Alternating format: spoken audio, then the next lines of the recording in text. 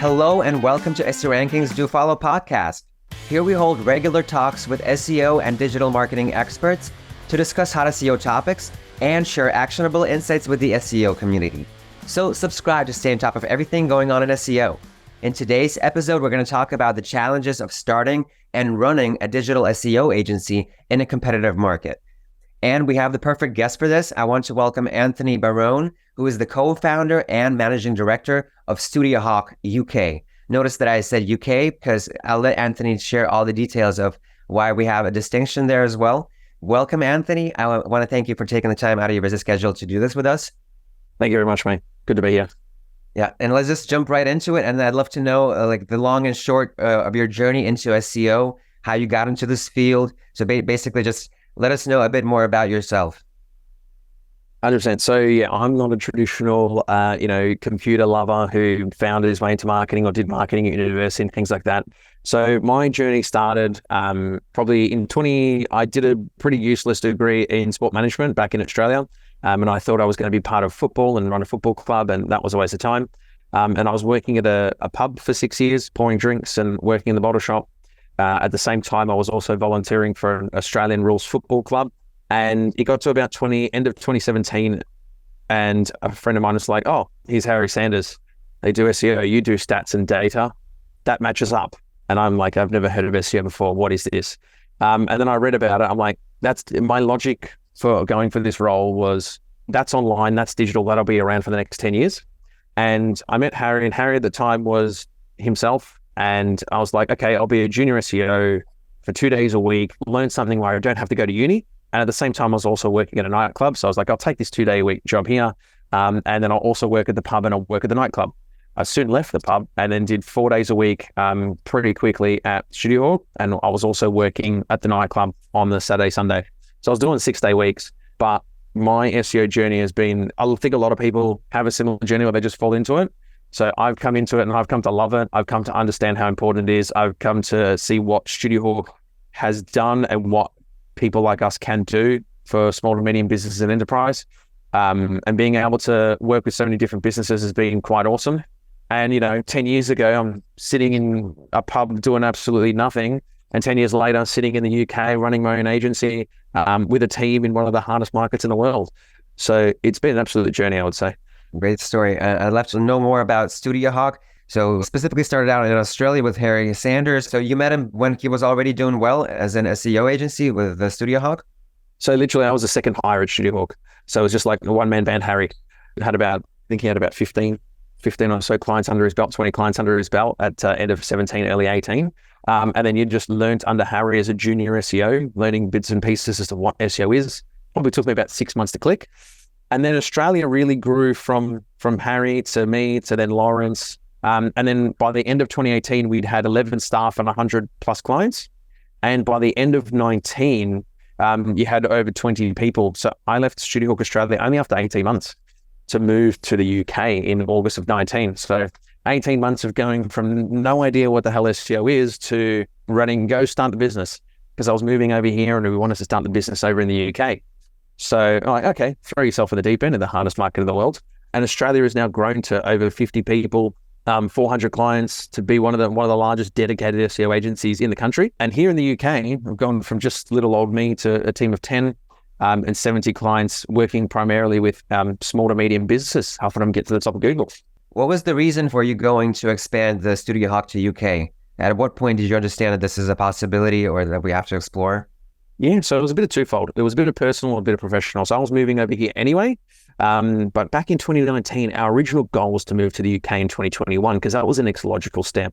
Australia, the goal was to, dominate and be one of the big players in the market, which they've done. But the UK has some of the best SEOs, the best agencies, a lot of big brands, and it's on the doorstep of Europe as well. So it was a twofold sort of approach, and culturally similar to the Aussies as well. So it's a bit of an easier sort of step into. So that was the goal. We're going to do it in 2021. But I was moving in 2019. I thought, well, pretty low cost, just send me over there. I was going to move over here anyway. I don't really want to leave StudioHawk, so we'll just give it a crack. And yeah, just slowly built it out, networking, knew pretty much no one over here, have no business experience, only 18 months in SEO. I just had to be literally put into the fire to go and learn. So yeah, a bit of professional and a bit of personal. All right, so you landed in the airport in London, in England, wherever. What was the first thing you did to start working on StudioHawk UK? Yep. So landed at the airport, came here, and because I didn't know what the hell to do, I was like, all right, we're just going to follow some of the same methods that we did, which was join a networking group or join a business networking group and start meeting some contacts, start booking in some calls, some meetings with some early people. And this was just before Corona. So it was August, September, summer, booking in calls, booking in meetings. That was my first plan. So I started to get some early traction and I signed my first client a month in, small client to help start to build case studies and build the foundation. And they just kept meeting people. And then through the clients that I signed, I was able to then meet the web developer or meet the social media person and then start to build relationships through there. So that was the first things I did, was just go out there, hit the networking hard. So that was like one of the initial challenges was obviously getting a network to interact with you. Were there any other challenges of maybe getting your brand recognition, maybe growing a team? What else could you share with us for like within the first, I don't know, like let's talk about the first 3 months maybe, when you were getting your feet on the ground, besides finding that first client interaction and getting him?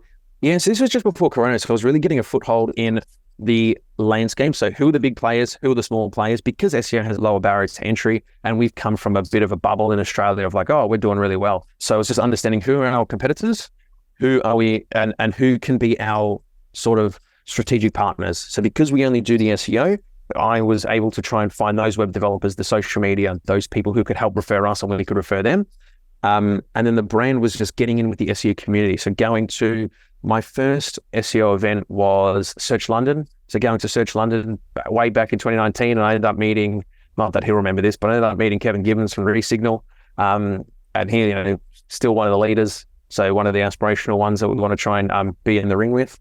And he was one of those ones, and meeting those SEO people, getting in with the SEO community, starting to just get a real feel for who's out there, who are the friends, who are the ones that we want to try and emulate. So that was in the first 3 or 4 months, is doing a lot of that. At any point, was it a challenge to differentiate yourself, not just an SEO service provider, but the brand StudioHawk? Is there anything that you put behind the name to make in terms of understanding that you are going into a competitive market? You have to be different from the rest. There's already long-standing competition in there. So is there anything that helps you sort of find your voice? Yeah, a couple of things. One, we're quite lucky because we'd got the proven track record from Australia. So even though our brand name wasn't that big in the UK, we had the Australian arm to rely on in terms of we've done this before. The way we're structured compared to traditional agencies is like no account managers. So the clients are dealing directly with the SEO specialist. So there's no like middleman. And honestly, the Aussie way of doing things, the British penchant for Aussies, it does help. You're able to have there's common cultures there that you can have a joke, you can break the ice a bit. So those 3 things really did help in the early days and still do to be able to build it up. And as COVID sort of fell on us, what was the next phase of StudioHawk's growth? Because I'm guessing it was the most difficult part of everybody's career, like professional lives. So I'm just guessing, is there anything that you can share with us that other agency would benefit from? Yeah, what happened with COVID was that people realized that they needed to get online. They're locked down, they're shut down. Oh, my website's actually no good. Oh, my social media is no good. My PPC, my SEO is no good. So COVID was actually quite a boost to a lot of digital agencies. Hence, you saw not only digital agencies do well, but a lot of people who got sacked and made redundant then become freelancers and try and start their own agency. That's now swinging back around now where everyone's getting hit hard. But in that Corona time, that was, it was boom. So I was able to build it to about 20 clients on my own and then get to hire my first people at the back end of 20. And that's when for me, because I was going along nice, I'm like, okay, great. I go do some networking, sign a few clients, great. It was nice. But then when I hired those first 2 people, that's when it took a bit more of a serious, like, okay, these people are relying on me and their livelihoods are relying on me. So that's when I probably took the next step. So COVID was a bit of a boom, but also you probably got a bit complacent because leads were coming in without doing as much for it. Like we still worked hard to do the networking, things like that to build it. But because of the climate, everyone was just looking for a bit of digital. Now I think people are getting found out with this post-COVID world and what's happening in the UK from an economic perspective, inflation, marketing cuts, all that. People are now starting to really have to work for it and figure out, are you any good, or review your process, review your sales and things like that. So it's a bit of I've really seen both sides of it here, I would say. I don't know if you can speak on this, but if you have a lot of experience with StudioHawk in Australia, maybe you can share us if there are any like big more differences in the market with whatever that difference may be. Maybe in the SEO approach, maybe in level of trust, maybe in the level of, I don't know, information people demand to read before signing an agreement with you. Is there anything that you can highlight? And the difference, obviously, it's very still similar cultures, similar, but maybe there's a difference that you can point out. 100%. So for me, the UK is one of the most competitive markets and most knowledgeable markets. Not only are you going up against better agencies, you've got high quality in-house people, so the people you're pitching to as well. And businesses are a lot more receptive or a lot more knowledgeable about digital marketing overall in SEO. This is what I found. Australia's a bit more laid back, it's a bit more chill. They're probably, 12, 18 months behind and not as switched on about it. Now they're getting better, but StudioHawk was able to have first mover advantage by being an SEO specialist in their market because everyone else is a generalist and no one else is doing it. And we're able to really, really get on board with some good brands and good businesses because of that. UK, yeah, a lot more switched on, a lot more knowledgeable, harder to crack. In terms of the sales process, there's a lot of ghosting in the UK. While Aussies are a bit more direct, I think Americans probably a bit more direct. They'll just tell it like it is. Like if you want us, great. If you don't, no problem. British sort of beat around the bush a bit. So it's what I found. But yeah, I think the UK market is just much more mature because you have to be. You've got a bigger population. You've got Europe on the doorstep. You've got Eastern Europe. You've got a lot more, not only lower barriers to entry in SEO and digital, but you've got so much competition. So you have to really know your stuff. And because the people that you're pitching to, especially if you want to hit like bigger e-coms or bigger retailers, bigger brands, they've got people in-house who are either as smart as you or smarter than you. So you need to know how these things work. You need to know what your goal is, what your plan is, what value are you going to bring, what's your SEO strategy to match up with their business goals. So that's what I've found is that it's a bit more of a mature market. They're advanced, they're more knowledgeable on both sides, agencies that you're going up against and in-house. And founders and things like that are a bit more knowledgeable too when it comes to the impact that digital marketing and SEO can have on their business. And then a lot of them, not everyone, but a lot of them are a bit more receptive to understanding what it can do for them. I'm guessing, yeah, the different obstacles that you had sort of informed your strategy. And you basically, like you said, like since Australia is a bit behind in this development, hopefully it's not for long. Obviously, there's a whole push globally just so that everybody is in the digital sphere. But given these differences in terms of the strategy, like imagine that you are once again just arrived to London again today. What strategy would you employ to help yourself out? Like basically you're talking to yourself like 3 years ago. What would you tell yourself then in terms of the strategy of dominating the UK market? Yeah, so we started off with the SME market because it was easier not to crack because our overheads are low. And a lot of that SME market tend to either get burnt by agencies who are terrible at their job and they see them as a churn and burn. They see them as cash cows who don't know anything. So our target was the SME market to bring good quality SEO that could help them grow their businesses. That was our target. And the way we did that was keeping things simple. SEO is not rocket science. Explaining and detailing exactly what we're doing for them and then matching up the business goals, what they wanted to achieve with their business with the SEO strategy, the why. Like, why am I going to do SEO? Instead of just bringing in traffic, it's like, okay, we need to bring in the right traffic and here are their business goals. They want to do 1 million rev from their e-com. Great. Our SEO strategy, and this is something that we will really try and focus on, is matching up the importance of SEO and why we're doing SEO with their goals. So it's not just like, because one of the things that tends to happen with SEO is like, oh, this is the SEO strategy. This is the way we want to do it with complete disregard for the actual goals. And I think a lot of people are getting better at that, but that's how the two big things are key target market that we focus, which is SMEs, and how we would sell that and how we'd approach these campaigns, which is clear communication, blunt and direct, which is how we are, and matching up those business goals with the SEO strategy. Awesome. StudioHawk, you said grew from like Harry Sanders to you and then to 50 people. And now you have the office in the UK. So what are the scaling challenges that you encounter along the way, be it in Australia, be it in the UK a couple of years ago, or even right now? Scaling challenges. Well, people, agencies are people. So what you have to, and I see it as like school, you have to have clear frameworks. People need to be told what to do. People need to be given boundaries and frameworks as to what their job is and why they are doing it. You cannot just go and say, hey, you are going to be the SEO specialist. All right, great. You may know SEO, but how does it work for the business? How do you do it for clients? What's the job description? What's the job spec? What's the training like?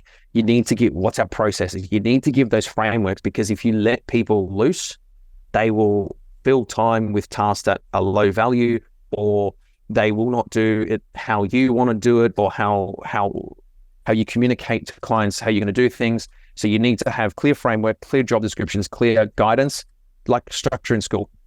That's the one thing. One of the big things I've learned is like you need to have that structure. That structure can be as loose as hard as you want, but there needs to be a guidebook. There needs to be your rules. There needs to be that criteria there, so that people, when they come into work, they know what they're doing. You can give them autonomy and things like that, but they need to have that framework, because otherwise people just go in different directions. You look at a campaign and go, oh, I sold it this way, and my employee and my team member has gone absolutely complete opposite way, and then you lose a client because the process, the frameworks aren't there for your people.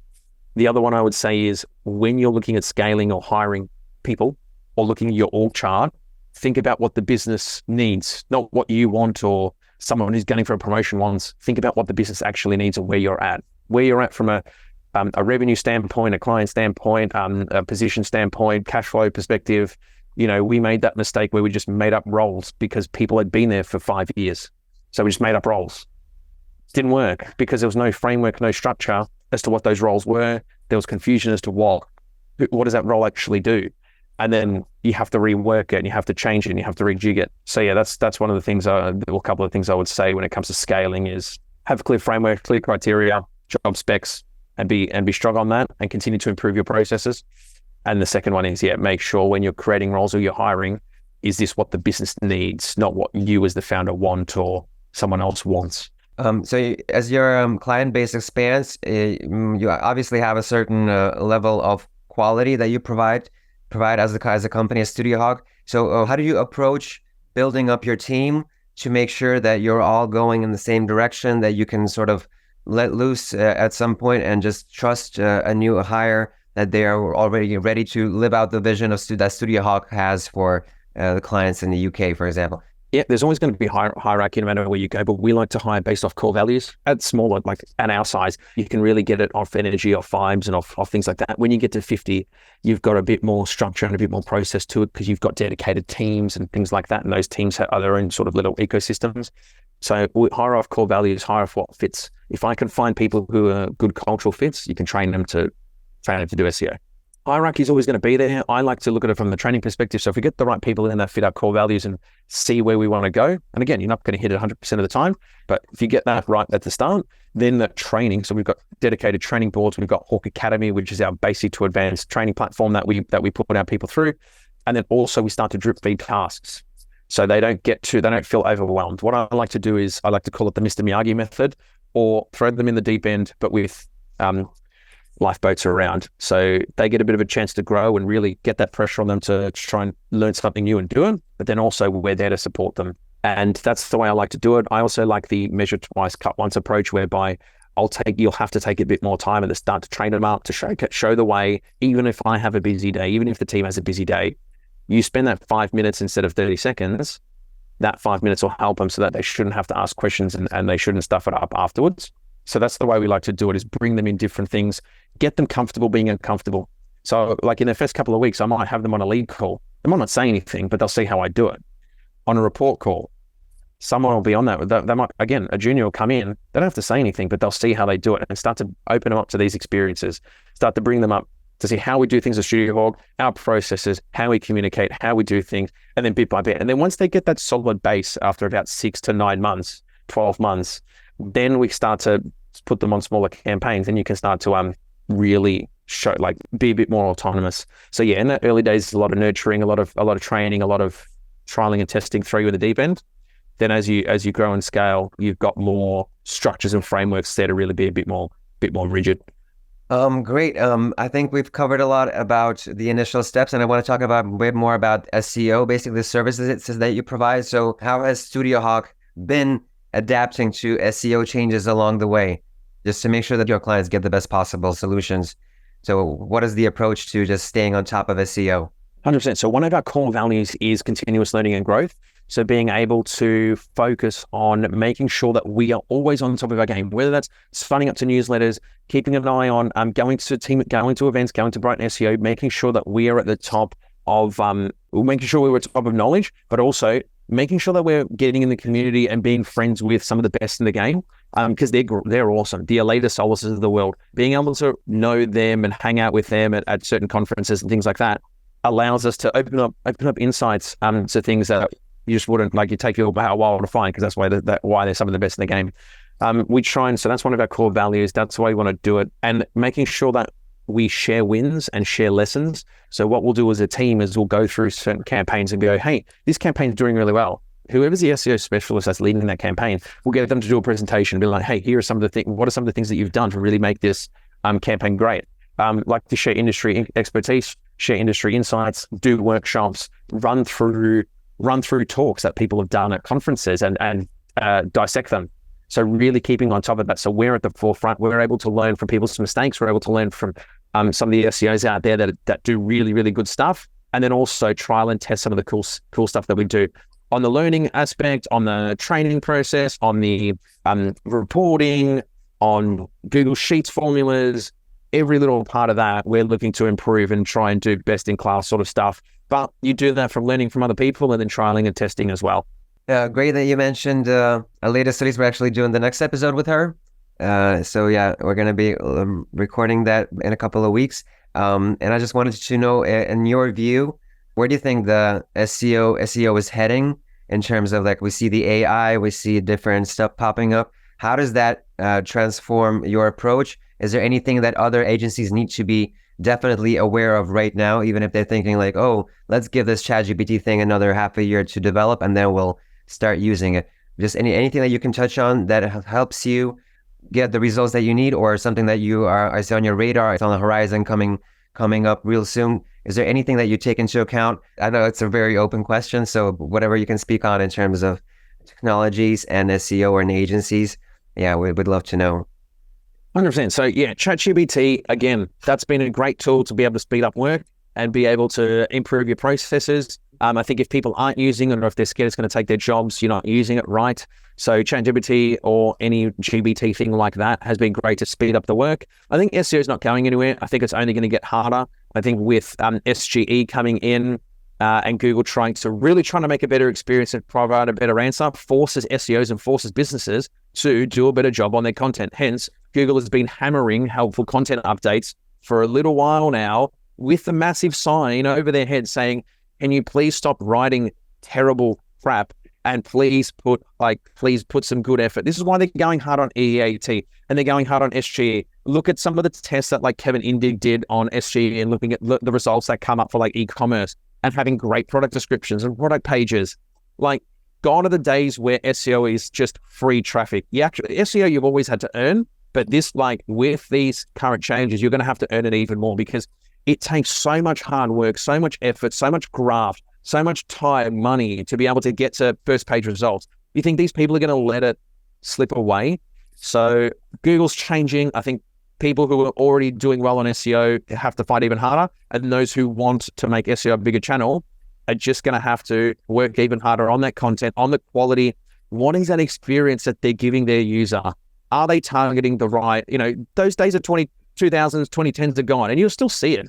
You'll still see the white text in the footer and like 400 location pages that are just providing zero value. So that's where I think it's going. The SEO is not going anywhere. But SEO can't be seen. SEO is not in a vacuum. You're going to have to look at other channels like social, because again, search generative experience is going to be bringing in Reddit, Quora, TikTok, YouTube Shorts, YouTube, Instagram to the search results, because Google want to take a bit more of that, because I think they're secretly scared about TikTok. So they're going to take a bit to, add that a bit more in to their search. So that's something that businesses are going to have to look at. So yes, SEO I don't think is going anywhere. It's going to be even more important as ads get more expensive, as we're seeing with the antitrust suit with Google, that doing some sneakies. But yeah, also looking at video, also looking at social, and being part of an overall marketing ecosystem. Because a lot of people say like, oh, my clients aren't on TikTok. How do you know? Literally, how do you know? Like, I heard a story of like literally a 65-year-old lawyer who was on TikTok and doing lawyer tips, and he's dominating. But you go to your average lawyer down in the city of London here, they're going to laugh at you. So yeah, SEO can't be seen in a vacuum. You're going to have to work harder at your SEO, work harder at your content, provide a greater answer and a greater experience to your users and to your customers. You want them to engage with you and buy from you. And you're going to have to look at other social channels as well to just add to that overall growth of your marketing. Great. Thank you, Anthony. I would also want to ask, just like like a scenario. What would you suggest to somebody who's looking to start an SEO agency in England, for example, today? What would your advice be to that person going into All right. 2024? Here we go. So I would look at what is your clear service offering. I think just doing SEO is not enough anymore. You're going to have to niche. So looking at, all right, who you're trying to target. But once you've got that settled, how are you going to get those people? So, okay, do your own SEO. All right, do your own LinkedIn posts. Do some networking, do some socializing. Where are those people hanging out? Building that network. Because I think a lot of people who are in marketing don't like to do that, especially as founders. They'll do like inbound type of, they'll do like email marketing or other stuff because they don't want to go out and network. But that's going to be a big one, is making friends, building your networks, people you can rely on. If you're going to offer that specific service, go to those people who are offering those complementary services because you're mutually beneficial, build those partnerships, build those relationships, and then having a high standard of work because you do not, and continuing to learn because you don't know when you get complacent until something bad happens. They're the three things that I'd be looking at, honestly. Yeah. Yeah, I appreciate it. And also, we didn't talk about any of like pitfalls, like obstacles that can come into play. Well, not but did touch, but specifically maybe something you noticed something, or maybe you did something that just totally backfired, and you can already let somebody who is starting out help them know what to avoid at the very first. I don't know, for half a year, or it doesn't matter about the time period, but like something, just a silly mistake that doesn't actually produce results. It could be any anecdote from your experience, whatever pitfalls you would like for people to look out for. In business and in running an agency, there's always going to be people who are smarter than you, better than you out there. You just got to focus on what you can control and what you do each day. So, I focus on how many meetings I do. I focus on the quality of the work that we output. Clients will make stupid decisions all the time. People do dumb stuff all the time. You could be like flying on a campaign and people will be like, oh, sorry, CEO's decided to cut because CEO is clueless. So you're focusing on things that you can control and understanding what your place is and where you want to be and what you want to do. That's what I'd say for business, because you get too caught up in worrying about what other people do, or you get stuck in LinkedIn too much and comparing yourself. Focus on what you can control. Focus on your quality of work. Focus on your why. Why are you doing this? And then build the systems around achieving those goals. Yeah, we basically covered everything that I wanted to talk about. Maybe I didn't touch on something. Maybe you have a thought that you wanted to share with us, and we just didn't get to it. Is there anything that you want to share about your journey, or maybe like a wish to agencies, whatever you want to share that we didn't touch on? This is a great opportunity to put that in. Okay. So the second one on the pitfalls one, so that was the agency side. On the SEO side is like a lot of people will just read things on LinkedIn. If you're dealing with clients, a lot of people just read things on LinkedIn that was like 5 years old. Try not to get mad. Also, try and be as objective as possible. So if you're an agency dealing with clients and you've lost a client, always put yourself in their shoes. Perspective is reality. So try to put yourself in their shoes and understand why they made that, because then it makes you look like a lot of people just could be quick to blame the client. And you know what? They do dumb stuff all the time. Happens. It's agency life. But there's always a lesson to be learned there. So say a client leaves because they didn't see the value. All right, that goes to your clear quality of work, communication, your reporting. Are you having enough meetings with them? Why didn't they see the value? There's always, people tend to quickly, in this current day and age, blame everyone else. But you always have to look internally, because there's always things that you can control to improve that. And I think that's a common pitfall that agencies fall into. One, agencies fall into is arrogance, just genuine arrogance. Just, they have a couple of good months or a couple of good pieces of PR or this, that, and then, hey, it's all flying. Or they get too big for their boots. That's another thing, especially in SEO. SEOs are not naturally extroverts and they like to shout out about it. So I think a lot of agencies who are new to the game try and maybe take a PR approach and absolutely get cut down, and they become a bit of a target, which is no good for anyone. And some of the other pitfalls is like treating people think of it as an agency, but you've also got to think of it as a business. And I think people just focus on the agency. So they've been in-house, they start an agency because of whatever reason, but then they have to learn the financial side. Some of the pitfalls is get your numbers right, look at your cash flow, get your sales targets right, get that stuff right. Or at least have a goal. That's what I've learned, and I've had some good friends and advice, and we've got StudioHawk and a few others where you can learn and develop that. But some of the pitfalls is they just don't know their numbers. There's no, and another one is why. What's your why? Why are you doing this? Why are you starting an agency? Why are you working in an agency? Why are you in SEO? What's that why? Because if you figure out what that why is, and a lot of people don't think of that why, then they'll start to build the systems in their lives, or start to shape their lives to be able to build towards that why. You know, that why I've started an agency because I want a better life. I've started an agency because I want to build the best BBC SEO agency out there. I've started that agency to, you know, have more time with my kids because it's a lifestyle business. What's that why? And I think there's some of the pitfalls. People tend to get caught up on the treadmill, on the rat race, and they forget that as well. And to wrap up, mate, I would just say, yeah, you don't know when you get complacent until something bad happens. There's always someone harder, better, faster, stronger than you out there, as Daft Punk would say. So again, as Ice Cube would say, check yourself before you wreck yourself. There's always going to be, don't get too big for your boots, essentially. It's the Australian way. Australian is just like, mate, we're quite self-deprecating. We call it like it is. Coming to the UK, there's always going to be arrogant people out there. There's always going to be people too big for their boots. Mate, at the end of the day, no one cares. Everyone's too busy with their own bubble and focusing on their own things. Focus on doing the best work you can. What you put out there, are you proud of what you put out there? If you're building an agency, focus on building the best bloody agency you can and learn about that. And essentially, don't worry too much about what other people are doing, because that's sometimes, or most of the time, a wasted sort of brain power. You can vent sometimes, have great vent sessions with other agency owners, other friends. It's always great. But yeah, focus on what you can control. And mate, you'll probably do better focusing on that and improving yourself than worrying about what fluff is out there on LinkedIn and our socials. Great words of wisdom. I wouldn't have wished for a better ending to this podcast. You just sort of shared all the stuff that everybody's actually wants to know, like the small things, the mistakes that you can make in order to avoid them. So I'm really happy with what you shared, and I want to wish all the best to StudioHawk's continued growth. So looking forward to seeing you in other countries, and looking forward to seeing you again for maybe at a webinar or a conference. And so, yeah, Anthony, I want to thank you again for taking the time out of your busy schedule to be here with us. And I want to sign off by saying that today, Anthony Barone shared his experience on the challenges involved in setting up and running an SEO digital agency in a competitive market. Thank you, everybody, for your time. Be sure to subscribe and join us for the next episode of the Do Follow podcast.